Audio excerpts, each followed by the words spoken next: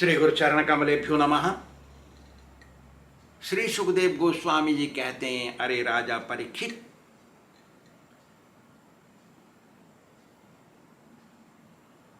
नारद मुनि युधिष्ठिर महाराज के प्रश्न का उत्तर देते हैं। युधिष्ठिर महाराज ने पूछा था ना कि पिता हिरण्यकशिपु अपने बेटे प्रहलाद को शत्रु की तरह कैसे व्यवहार किया, क्यों व्यवहार किया, कारण क्या है, उसका उत्तर देते हैं। नारद मुनि कह रहे हैं कि जब प्रहलाद की शिक्षा स्कूल में पूरी हो गई ना, तो प्रहलाद घर आया वापस। सो पिताजी को गया, प्रणाम किया। प्रहलाद को पिता ने उठा गोदी में बिठाला और बोला, देखो मैंने खबर भेजी थी गुरुकुल में और टीचरों के, तुम्हारे अध्यापकों के पास, कि मेरे बेटे को अच्छे से पढ़ाना, सही ध्यान रखना और उसको वही चीज पढ़ाना जो हम चाहते हैं, दूसरी चीज मत सीख जाए। तो तू तो अब पढ़ गया, तो तू सब सीख गया। मेरे अंदाज से तुम्हारे टीचरों ने, अध्यापकों ने वही चीज पढ़ाई जो हमारे वंश में चली आ रही है। हमारे अनुसार हम जैसा चाहते हैं वैसा ही पढ़ाया होगा तो तुमको। अब बेटा मुझे बताओ, सबसे श्रेष्ठ चीज क्या है इस दुनिया में जो सबका कल्याण करे, वो मेरे को बात बताओ, जो जिससे सबका कल्याण हो। ऐसा पूछा। पूछते ही प्रहलाद सुने, सोचे अंदर अंदर, अरे तेरे के तो ऐसे पूछ रहे,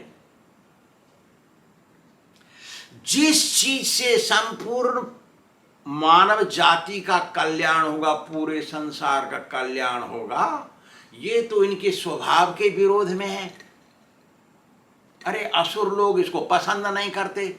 ये तो विष्णु की भक्ति है, कृष्ण की भक्ति, जिसको ये पसंद नहीं करते।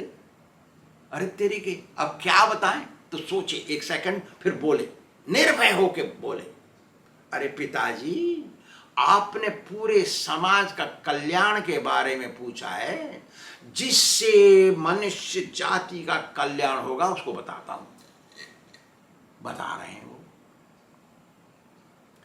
श्रवणम कीर्तनम विष्णोः स्मरणम पाद सेवनम अर्चनम बंदनम दास्यम साख्यम आत्मनिवेदनम इति पुंसार्पिता विष्णोर भक्तिश्चैन्नवलक्षणा क्रियेत भगवती अद्धा तन्मन्येधीत उत्तमम। हे पिताजी, इस संसार में भगवान की भक्ति को छोड़ करके कोई ऐसा कार्य नहीं है जिससे सारे समाज का कल्याण हो। केवल कृष्ण भक्ति ही कल्याणकारी है। प्राणी मात्र का कल्याण कृष्ण भक्ति में ही है। इससे श्रेष्ठ और कुछ नहीं है पिताजी। भक्ति भी 9 प्रकार की है पिताजी। वो सारी की सारी कोई करे तो करे, नहीं तो एक को भी कर ले, उसी में कल्याण है। पहली भक्ति है श्रवणम, भगवान के बारे में सुनना। दूसरी भक्ति है कीर्तनम, भगवान के बारे में कीर्तन करना और उनका प्रचार करना, उनके गुणगान महत्ता बताना। स्मरणम, भगवान के बारे में याद करना, भगवान के ध्यान करना, हर समय उनका ध्यान, उनके ध्यान में रहना। पाद सेवनम, उनके चरणों की सेवा करना। अर्चनम, उनके विग्रह की, मूर्तियों की पूजा करना, आरती उतारना। बंधनम उनकी प्रार्थना करना, हाथ जोड़ के उनकी वंदना करना, प्रार्थनाएं लिखी हुई हैं शास्त्रों में। दास्यम उनकी दास बन करके सेवा करना, साख्यम उनसे मित्रता करना, उनकी भलाई सोचना, आत्मनिवेदनम सब कुछ जो है सब भगवान को न्योछावर कर देना, अपना शरीर, अपना मन, अपनी बुद्धि, अपना सब कुछ दे देना भगवान को। ये 9 प्रकार की भक्ति है पिताजी। इन 9 प्रकार की भक्तियों में से यदि कोई एक अपने दिल से कर लेना, उसको मोक्ष मिल जाएगा। ये प्रबोध चंद्रोदय टीका में लिखा है। रूप गोस्वामी जी लिखते हैं कि देखो, एक एक प्रकार की भक्ति करके मोक्ष पा गए, ऐसे भी हैं। ये लिस्ट बता रहे हैं। श्री विष्णु स्मरणे परीक्षित अभोगभूत, वैयासिकी कीर्तने, प्रहलाद स्मरणे तदंघ्रि भजने, लक्ष्मी पृथु पूजने। क्या वंडरफुल बोल रहे हैं। अक्रूरस्त्वभिवंदने कविपतिर दास्येथ सख्ये अर्जुन, सर्वस्वात्म निवेदने बलिरभूत कृष्णाप्तिरेषां परम। एक एक आदमी एक एक प्रकार की भक्ति करके मोक्ष पा गया है, इसकी लिस्ट बता रहे हैं। परीक्षित महाराज केवल कृष्ण कथा सुन करके मोक्ष पा गए। सुखदेव गोस्वामी कृष्ण कथा बोल करके मोक्ष पा गए। प्रहलाद महाराज भगवान का स्मरण करके ही मोक्ष पा गए। लक्ष्मी महारानी भगवान का भजन करके उनकी सेवा में तल्लीन होकर के मोक्ष पा गई। अक्रूर महाराज भगवान की प्रार्थना करके ही मोक्ष पा गए। और हनुमान, हाँ हनुमान भगवान की चरण सेवा, दास्य भाव, दास बन करके मोक्ष पा गए। अर्जुन सखा बन के मोक्ष पा गए। बलि महाराज सब कुछ अर्पण करके, अपना शरीर भी, मन भी, बुद्धि भी, सब कुछ अर्पण कर दिया। भगवान ने सिर पे पैर रखा, वो मोक्ष हो गया। ऐसे भगवान को पा जाते हैं सब, ऐसे पा गए भगवान को। एक एक प्रकार की भक्ति करके वो पा गए। संसार में भक्ति को छोड़ करके दूसरा कोई साधन नहीं जिससे मोक्ष मिल जाए। हे पिताजी, सर्वश्रेष्ठ साधन है कृष्ण भक्ति। जीवन में जितनी जल्दी हो सके उतनी जल्दी भक्ति शुरू कर देनी चाहिए। भक्ति शुरू करने के लिए सद्गुरु ग्रहण करना पड़ेगा। सद्गुरु उसी को कहते हैं जिसको शास्त्रों ने गुरु बनाया है। भगवान ने, शास्त्रों ने जिसको अधिकार दिया है, उस आधिकारिक गुरु को ही सद्गुरु कहते हैं। उनकी बातों पर चलने से गारंटी से मोक्ष मिलेगा। क्यों? कि महामंत्र उन्हीं के अधिकार, उन्हीं की गाइडलाइंस, उन्हीं के कहने के अनुसार करना पड़ेगा, तभी मोक्ष मिलेगा। भगवान की कृपा कब प्राप्त होती है? गुरु कृष्ण प्रसादे पाए भक्ति लता बीज। गुरु जी की कृपा से भगवान की कृपा मिलती है। भगवान की कृपा से ही कोई सद्गुरु मिलता है, नहीं तो नहीं मिलेगा। दुनिया में गुरु और सद्गुरु 2 तरह के होते हैं। गुरु के पास पहुंच जाएंगे, लेकिन सद्गुरु मिलना मुश्किल है। अच्छा, जप करते समय 10 प्रकार के अपराधों से बचना चाहिए। क्या है वो? सताम निंदाम। भक्त जो भगवान का प्रचार करने में लगे हैं, अपनी जान हथेली पे रख करके भागते हैं प्रचार करने के लिए, ऐसे शुद्ध भक्तों की निंदा करने से बचना चाहिए। दूसरा है श्री विष्णु सकाशात स शिव नामादे स्वातंत्रम मननम। शिव और ब्रह्मा के नाम को कृष्ण के नाम के बराबर समझना अपराध है, इससे बचना। तीसरा है गुरुर अवज्ञा, गुरु जी की आज्ञा का उल्लंघन नहीं करना चाहिए। गुरु जी जैसे कहें वैसे ही करना चाहिए। गुरु जी को साधारण मनुष्य नहीं समझना चाहिए। सोचना चाहिए कि भगवान श्री कृष्ण मनुष्य रूप से मेरे सामने आ गए गुरु बन के, ऐसे सोच के उनकी बात पर चलना चाहिए। चौथा अपराध है श्रुति तदनुगत शास्त्र निंदनम। श्रुति माने वेद और पुराणों की निंदा कभी नहीं करनी चाहिए। पांचवा हरेर नामनी महिमनी अर्थवाद, अपना अर्थ नहीं लगाना चाहिए भगवान के महामंत्र में। हरे कृष्ण कृष्ण कृष्ण हरे हरे, हरे राम राम राम हरे हरे। कृष्ण तो है द्वापर युग का, त्रेता युग का है राम। किसी ने उल्टा शुरू कर दिया है, हम पहले राम बोलेंगे फिर कृष्ण का नाम बोलेंगे, क्योंकि कृष्ण राम से बाद में आए। ये होता है कल्पनम, बचना इससे।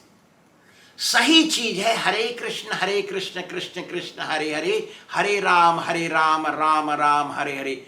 यही सही है, बाकी सब गलत है। छठा है तत्र प्रकारांतरेण अर्थ कल्पनम, मतलब किसी ने भगवान के नाम महामंत्र का वो बढ़ा चढ़ा करके उसका ग्लोरी कह दिया है, महिमा बता दी है बढ़ा चढ़ा के। इतना नहीं है, ऐसा नहीं सोचना। फिर क्या है नाम बलेन पाप बुद्धि प्रवृत्ति, मैं तो जप कर रहा हूं, जप मेरा पाप काट देगा, ऐसा सोच करके पाप में लगना, इससे बचना चाहिए। पाप, मैं पाप कर रहा हूं, ये पाप को मेरा जप काट देगा, ऐसा नहीं सोचना चाहिए। अन्य शुभ क्रिया भीर नाम साम्य मननम, यज्ञ करना, अनुष्ठान करना, रुद्री करना, फलाना करना, ढिमाका करना, भंडारा कर देना, दुर्गा सप्तशती कर देना, नव दुर्गा करना, वो करना, ये करना। अन्य शुभ कर्माणि साम्य मननम, भगवान के नाम के बराबर हैं ये सब, ऐसा सोचना अपराध है। ये सब धार्मिक कार्य है, ये आध्यात्मिक है। धार्मिक कार्य आध्यात्मिक कार्य के बराबर नहीं समझना। 10 रुपए के नोट को 100 रुपया, 1000 रुपया, 5000 रुपया के बराबर, बंडल के बराबर नहीं समझ लेना। अन्य शुभ क्रिया भी नाम साम्यम मननम, इस प्रकार की क्रियाओं को, धार्मिक क्रियाओं को, वैदिक क्रियाओं को, रिचुअल कहते हैं इसको अंग्रेजी में। Vedic rituals cannot be equal to Hari naam, भगवान के नाम के बराबर ये कभी नहीं हो सकते, असंभव बात है ये। नवा अपराध है अश्रद्धाने विमुखे श्रवन्नपि नामोपदेश, जिसको हरि नाम जप में विश्वास नहीं है, भक्ति करने में विश्वास नहीं, बताने से भी नहीं सुन रहा है, उसको जबरदस्ती घुमा फिरा के बताना और भक्ति के रहस्यों को बताना एक अपराध है, ऐसा नहीं करना। 10वां अपराध है नाम महात्म्य श्रुते पी अप्रीतिर इति, इतना महा मंत्र का महिमा सुनने के बाद, इतना सारी चीज पढ़ने के बाद, गुरु जी के बताने के बाद भी हरि नाम में श्रद्धा नहीं रखना, ये अपराध है। श्रद्धा होनी चाहिए। श्रद्धा शब्दे विश्वास कहे सुदृढ़ निश्चय, दृढ़ प्रतिज्ञ होकर जप करना चाहिए। चाहे मेरा हाथ कट जाए तो मैं बाएं हाथ से करूंगा, मेरे को गोली से शूट कर दे, बंद कर जप, तो भी नहीं करूँगा, ऐसा फिक्स होना चाहिए, तभी जप कर सकता है कोई। अच्छा, जप करते समय विनम्र भी रहना चाहिए। भगवान की भक्ति में विनम्रता, नम्रंती फलिनो वृक्षा नम्रंती गुणिनो जना। जो भक्ति मार्ग में आ जाता है वो तो विनम्र बन जाता है, क्योंकि जप करते नहीं से विनम्रता आएगी। जो जप नहीं करेगा उसमें घमंड रहेगा। जो भगवान का हरे कृष्ण कृष्ण कृष्ण हरे हरे, हरे राम राम राम हरे हरे नित्य प्रति गुरु जी के बताए हुए नियम के अनुसार जो जप नहीं करेगा, कितना भी साधु का चोला पहन ले, घमंड रहेगा, नहीं जाएगा वो। तृणादपि सुनीचेन तरुरपि सहिष्णुना अमानिना मानदेन कीर्तनीय सदारी। चैतन्य महाप्रभु ने कहा, कौन भजन करता है? जो अपने को सड़क में पड़ी हुई, रास्ते में पड़ी हुई घास से नीचा समझता है, जो पेड़ से ज्यादा सहिष्णु सहनशीलता है उसमें। पेड़ को काटो, पुलिस नहीं बुलाएगा, वो गाली नहीं बकेगा। ऐसे ही साधु अमानी नाम मान देने, जिसने मेरे को अपमान कर दिया उसको भी भैया ठीक है बैठ जा प्रसाद खा, मान देना चाहिए, सम्मान। मूर्खों को भी सम्मान देना चाहिए। मूर्खम विहाय मन जाए नमस्कार में से, तो मूर्ख आ गया उसको भी भैया तेरे हाथ जोड़ते तू जा, ऐसा नहीं बोल कि भैया तू बैठ प्रसाद खा, क्या बात है, सब ठीक है, ऐसा। लेकिन नम्रता का अर्थ मूर्खता नहीं है, कुबुद्धि नहीं है। वो कभी अपने सदगुरु की और भगवान की निंदा सहन नहीं कर सकता, चाहे वो सीधा सीधा बोल रहा हो चाहे घुमा फिरा के कह रहा हो, कभी निंदा नहीं सुनेगा। एक बार की बात है, बॉम्बे में 1993 92 की बातें हैं। एक मेरा शिष्य इंजीनियर, उसकी माँ है बहुत बड़ी बैंक मैनेजर, 40 बैंक उसके नीचे अधीश्वर, रीजनल बैंक उसका मैनेजर। वो बोला हमको, मेरे गुरुजी आपके गुरुजी से अच्छे हैं। मैंने कहा हाँ? नहीं, आपके गुरुजी से मेरे गुरुजी ज्यादा अच्छे हैं। तू कैसे बोल रहा है रे? न मेरे गुरुजी तो ब्रजवासी हैं, आप हैं, और आपके गुरु बंगाली हैं। 1993 से कम 25-50 लाख रुपए मेरे नुकसान हो गए। मैं नहीं गया उसके यहाँ, क्योंकि मैं जाता हूं तो मिलता है दक्षिणा, गुरु दक्षिणा मिलती है ना। हम आपके घर आ जाएं, आपके अंदर श्रद्धा है और जानते हैं शास्त्रों को, गुरु जी को दक्षिणा देंगे, और छोटी दक्षिणा नहीं देते गुरु जी को। कितना नुकसान हुआ मेरा। वो इतना ही बोला, क्या बोला? आपके गुरुजी से मेरे गुरुजी अच्छे हैं, मेरे गुरुजी ब्रजवासी हैं, आपके गुरु तो बंगाली हैं। इतना ही बोला, और कुछ नहीं बोला, और कुछ नहीं बोला। वो अभी मेरे जिंदा है, वो सुन रहा होगा, इस प्रवचन को सुनेगा। गुरु जी की घुमा फिरा के भी बुराई नहीं सुन सकता यदि गुरु असली है तो। दिखावटी ढोंगी गुरु को तो ठोकर उसी समय मार देनी चाहिए, क्योंकि वो तो नरक ले जाएगा, स्वयं नरक जा रहा है। वो बैकुंठ नहीं जा सकता तो मुझे कैसे ले जाएगा बैकुंठ में? ऐसा सोच करके उसको तुरंत त्यागना चाहिए। उसकी बुराई सुनो और त्यागो। लेकिन सदगुरु मिल गया, बड़ी होशियारी। तो असली भगत मूर्ख नहीं होता, तो कभी घुमा फिरा के भगवान की और कृष्ण की और गुरु की, सदगुरु की निंदा नहीं सुन सकता, तभी उसको नम्रता कहते हैं। श्री राधा गोविंद भगवान की जय।